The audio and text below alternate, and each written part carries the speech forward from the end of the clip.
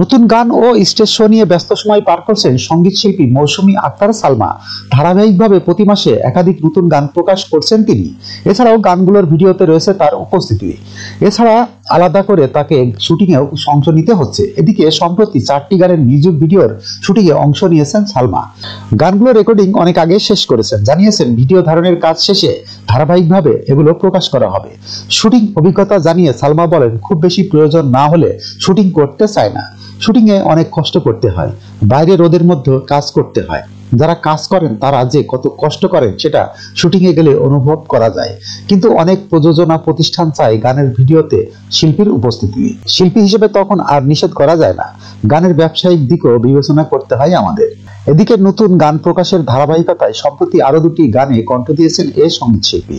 গানগুলোর শিরোনাম একমাত্র ঠিকানা ও ভালোবাসার মূল্য দিলে না। কথা ও সুর করেছেন মামুন আফরান রুমি, সঙ্গীত আয়োজন করেছেন SD সাগর। গান দুটি ভিন্ন ভিন্ন কোম্পানি থেকে প্রকাশিত হবে। যখনকার খবর তখনই দেখতে চোখ রাখুন সুন 24 টিভিতে। চ্যানেলটি সাবস্ক্রাইব করুন।